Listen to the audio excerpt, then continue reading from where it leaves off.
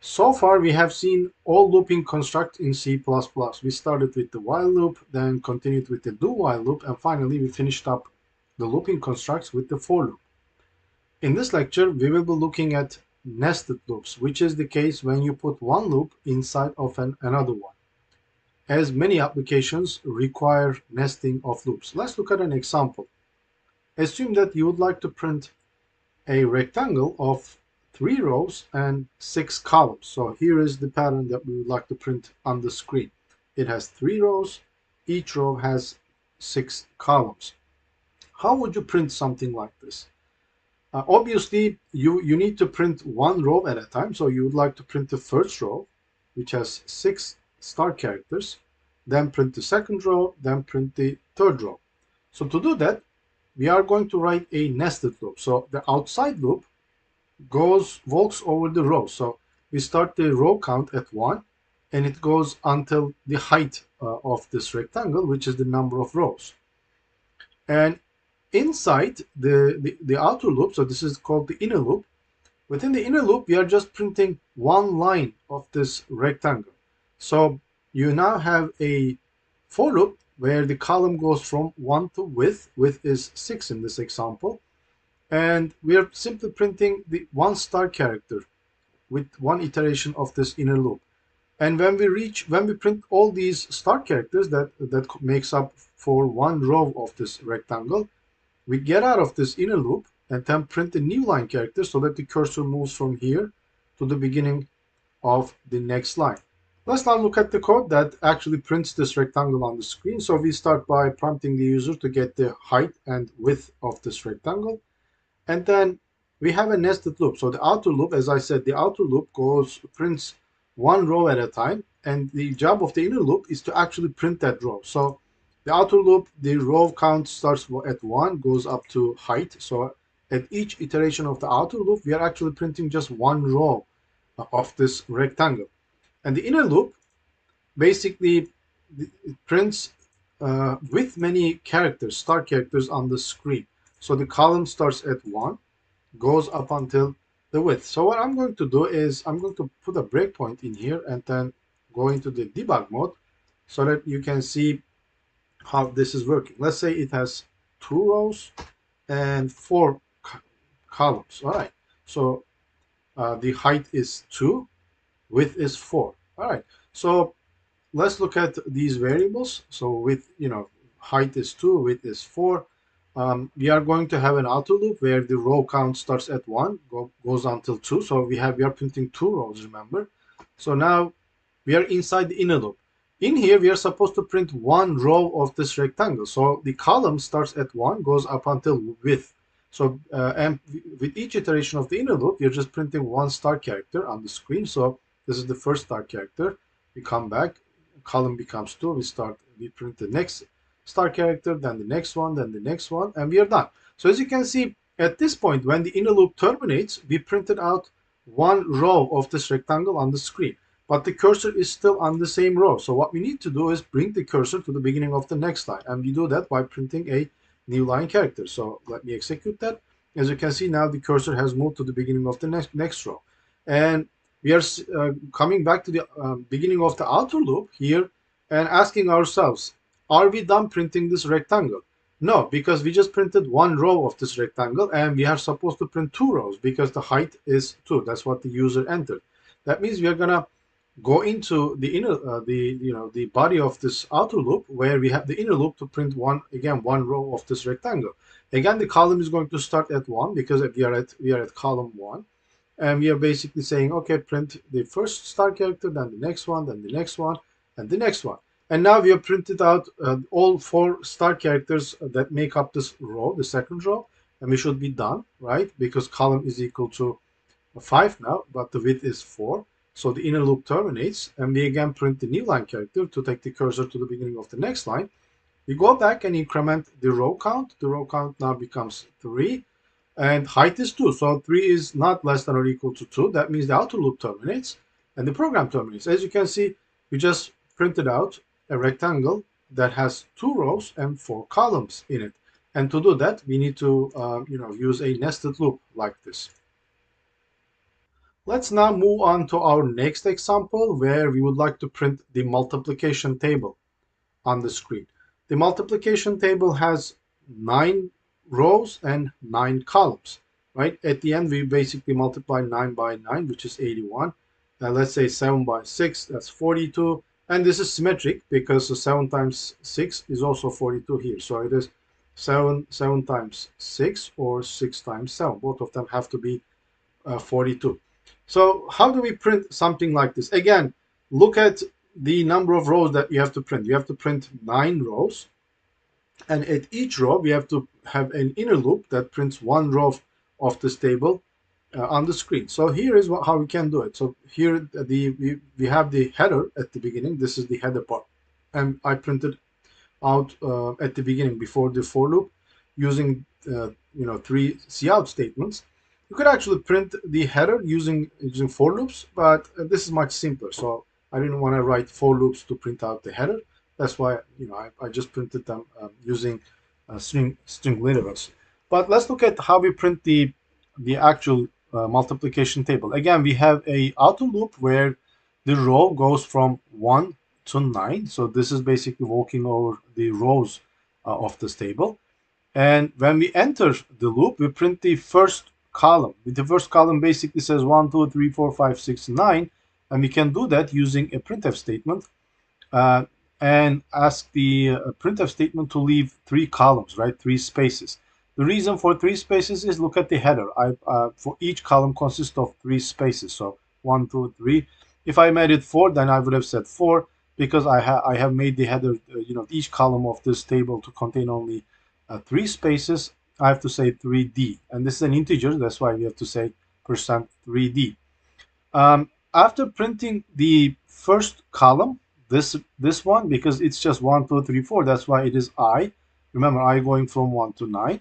Now I need to print the rest of the row, and the rest of the row is I now have a inner loop where j goes from 1 to 9. So this is j, basically j going from 1 to 9, and all I have to do is print I times j. I is the row number, let's say 4.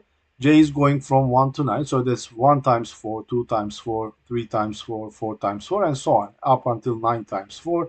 That would be 36. So basically, I'm just printing one column, in a sense, of this table using this printf. So printf %3d, again, I have to make sure that there are 3 spaces to print this number because I would like to, each column of this table consists of 3 spaces. And you simply print I times j.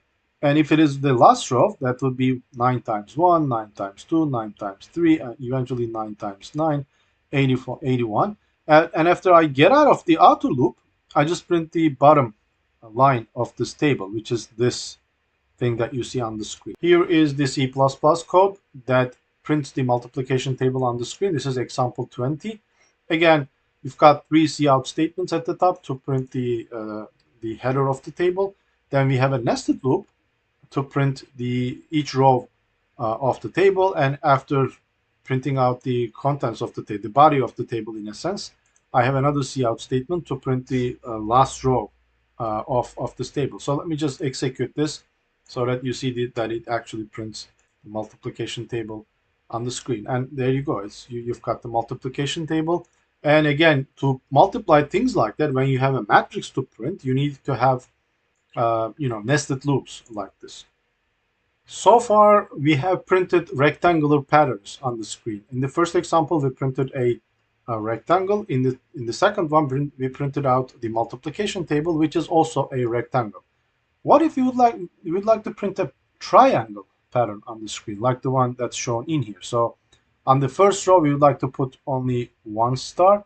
On the second row, we would like to put 2 stars. On the third row, we would like to put 3 stars, and so on. And on the last row, which is 5 rows, 5 columns. So in the last row, you would like to print 5 star characters. So in a sense, we are printing a equilateral right angle triangle on the screen. Let's think about how we can print this pattern on the screen. If you look at the first row, so row 1, we are printing only 1 star character on the screen. On the second row, this is row 2, we are printing 2 star characters. On row 3, we are printing 3 star characters. And on row 5, we are printing 5 star characters. So that means while the outer loop it goes from 1 to n, which is the number of rows, the inner loop has to go from 1 to r being the current row number. Remember, on the first row, we have to print from 1 to 1. The inner loop has to go from 1 to 1, printing only 1 star character. On the third row, the inner loop has to go from 1 to 3, printing 3 star characters. And on the last row, the inner loop has to go from 1 to 5, printing 5 star characters. That's why we can formulate this thing as follows. Row going from 1 to n, and the inner loop, the column is going from 1 to r, not 1 to n. Had this been 1 to n, then we would have gotten the same rectangular pattern that we printed before. Let's now change the problem. Let's say we would like to print this thing upside down. So on the first row, we would like to print 5 star characters. On the second row, in a sense, we are printing 4 star characters. And on the last row, we are printing only 1 star character. So this time, here's what we can do. We can say that the first row is row number n, right? So this time we are printing row number n, then row number n minus 1, then row number n minus 2, and eventually we are printing row number 1. So if you look at the code that actually prints this pattern on the screen, inner loop stays the same because in the inner loop, if we are printing row number r, we are printing r many star characters on that row. But the row numbers change now because this is row number n. We are first printing row number n. So r is equal to n, and the last row is row number 1. So this time we are starting the row number at n, while r is greater than or equal to 1, and we are decrementing r this time. All right. So in the previous example, we started r at 1. It went all the way up to n, and we incremented r by 1. This was an increasing sequence. Here it's a decreasing sequence. So we are first printing row number n, and we are last printing row number 1. That's why at each iteration, of the outer loop, the row number has to decrement, has to go down by 1. The inner loop stays exactly the same because let's say we are at row number 3, we need to print 3 star characters. If you are at row 5, which is the first row in this printout, then we should print 5 star characters. All right. While the inner loop stays the same, by changing the outer loop, instead of printing a the triangle like this, we could make it upside down. So this is example 21. Let me go there. So this is example 21. This is just printing an equilateral, right angle triangle of size n. I'm assuming that n is equal to 5. We could actually prompt the user and get n and then print it. It doesn't matter. So let's assume n is equal to 5. So this is going to print the first triangle, and this is going to print the reverse triangle on the screen. Let me run this thing, and you see that both of them get printed on the screen correctly. Here we go. So this is the first triangular pattern, and this is the second triangular pattern. Let's now look at our next example where we still want to print a triangular pattern, and here is the triangular pattern we would like to print on the screen. Let's see how we can formulate this problem. Again, this time we are actually printing a 5 by 5 square on the screen, but some of the characters on the square are white space characters, some of them are star characters. Let's assume that the rows start at 1, go up until 5, which is the number of rows, and the columns start at 1, go up until 5, which is the number of columns. So what is the condition for printing a white space character, and what is the condition for printing a star character? Let's look at row number 3. On the first 2 columns, column number 1 and 2, we print a white space character, and we print a star characters only for columns 3, 4, and 5. Remember, we are at row 3. So that means if the column number is greater than or equal to the row number, remember at these star characters, the column number is 3, 4, and 5, which is greater than or equal to the row number. So if that's the case, we are printing a star character. Otherwise, if the column number is 1 and 2, which is less than 3, we are printing a white space character. And that applies to every row that you see in here. So for example, look at the first row. The row number is 1. So the column number, every column number from 1 to 5 will be greater than or equal to 1. So we are printing star characters. And in the last row, this row number is 5. So only when column is 5, column is greater than or equal to the row number, and we print a star. Otherwise, we are printing a white space character. So here is that loop. So the rows go from 1 to n, and the columns also go from 1 to n. And here is the condition for printing either a star character or a white space character. If the column is greater than or equal to the row, then we print a star character. Otherwise, we print a white space character. So essentially, we are printing a square on the screen. But we either print a white space character or a star character. Let's now look at another pattern that we would like to print on the screen. This is the pattern we would like to print. I am still going to assume that the rows go from 1 to 5, but I'm going to change the order of the column. So I'm going to assume that the first column is column number 5 and the last column is column number 1. To do this, we simply need to change the inner loop, go from n to 1, decrementing the column number 1 at each iteration of the inner loop. The reason I'm doing this is to determine the condition. It makes the condition for printing either a star character or a white space character easier. So let's look at, for example, again, the row number 3. In the first two columns, which is columns 5 and 4, we print white space characters. But for columns 3, 2, and 1, we are printing a star character. So again, you can see when the column number is greater than the row number, we are printing a white space character. But if the row is greater than or equal to the column number, we are printing star characters. That applies to every row in here. For example, in this first row number is 1, and row number is greater than or equal to column number only for column number 1. That's why we are printing a star character. For all other columns, columns 5, 4, 3, and 2, the row is not greater than or equal to the column number, so we are printing a white space character. That's why this is your condition now. So if row is greater than or equal to the column number, then we are printing a star. Otherwise, we are printing a white space character, and that prints out this pattern on the screen. And that's example 22. Let's go there. So this is your example 22. I am again assuming that n is equal to 5. You can change it. You can make it any number you want. And also you can prompt the user to enter the size of the triangle that we are going to print on the screen.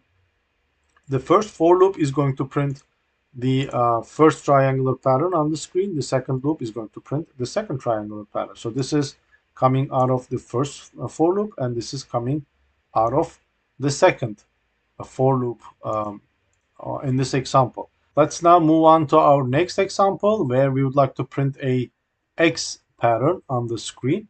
In this example, I'm going to assume that the number of rows or the number of columns, which is the same, is an odd number. All right, so like 7, 9, 5, whatever.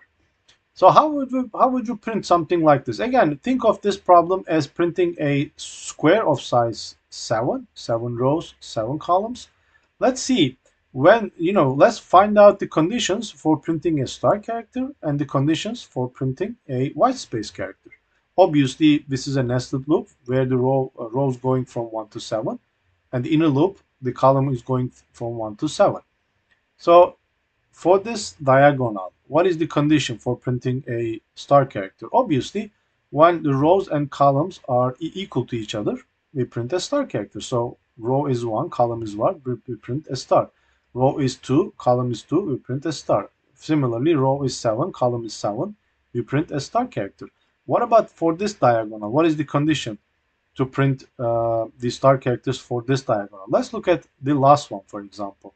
Last one is when 1 plus 7 is equal to 8. So for every star character that you see on this diagonal, row plus column is equal to n plus 1. Remember, we've got n rows. Let's look at this one. This is 1 plus 7. That's 8. That's n plus 1. How about this one? This is column 6, row 2. When you add them up, this is 8. That's n plus 1 again. For this one, it is 5 plus 3. That's 8. For this one, it is 4 plus 4. That's also 8. So that's the bottom line. And in here, it's 7 plus 1. That's also 8. So here is the condition. As rows go from 1 to n, columns go from 1 to n. If the row is equal to column, that's this diagonal, or if row plus column is equal to n plus 1, and that's this diagonal, then we print a star character. Otherwise, we print an empty space, a character, and that's how you achieve this star pattern on the screen. Here is the code to print that X pattern on the screen. I'm assuming that n is equal to 7, and it has to be an odd number. So let me run this thing so that you see that 7 by 7 X pattern on the screen. Let's make it, a bigger number. Let's say, I don't know, 13, and run it again. So this time it has to be a 13 by 13 X pattern. The reason I don't want this to be a even number is if you make it an even number, then you're going to, those diagonals would not intersect each other, and you're going to get a pattern like this. So that's why you don't want to have, make it an even number. You want this to be an odd number, so that those diagonals cross in the middle, like at row number 5 in this example. They're gonna cross each other, and I'm going to print only one star character. If you make it an even number, the number of rows and number of columns, the diagonals do not intersect in the middle. That's why you're seeing that other pattern that you just saw. Like let's make it 12. Now the diagonals would not intersect, and you're going to see a little bit of a different pattern, a little bit of a different X pattern on the screen. So how about printing a greater than sign in a sense, where the number of rows go from 1 to 7, and number of columns this time go from 1 to 4. If you think about it, this is actually the same X symbol, but we're only printing half of it. So look at this X symbol. So just erase this part of the pattern. So from column number 5 to 7, you're not printing it. You're only printing the first 4 columns of this pattern. That's why the code is exactly the same. The rule to print the star characters is exactly the same. So if row is equal to column, or row plus column is equal to n plus 1, so row is equal to column is going to print these star characters, and column plus row plus column is equal to n plus 1 is going to print these star characters. But this time, the inner loop only goes from 1 to n plus 1 over 2. So the number of columns is 1 plus number of rows over 2. All right, that's why we are only printing half of the X pattern that we printed in the previous example. But otherwise, the rule to print a white space character or a star character is exactly the same as the previous example. So here is the previous example. We are printing the entire X character, in a sense, X pattern. This is the rule to print either a star character or a white space character. And this is example 24. We are only printing half of that X pattern. So the only thing that changes is the number of columns. The number of columns now go from 1 to n plus 1 over 2 rather than n. All right, so this is example 24. So let me go there. Again, compare and contrast example 23 to example 24. And you'll see the only difference is in the previous example, the number of columns go from 1 to n. In this example, the number of columns go from 1 to n plus 1 over 2. Again, let's print it for n is equal to 7, and you're going to see now you're printing, in a sense, half of the X pattern. This is it for this lecture. If you have any questions, just leave them on the comment section.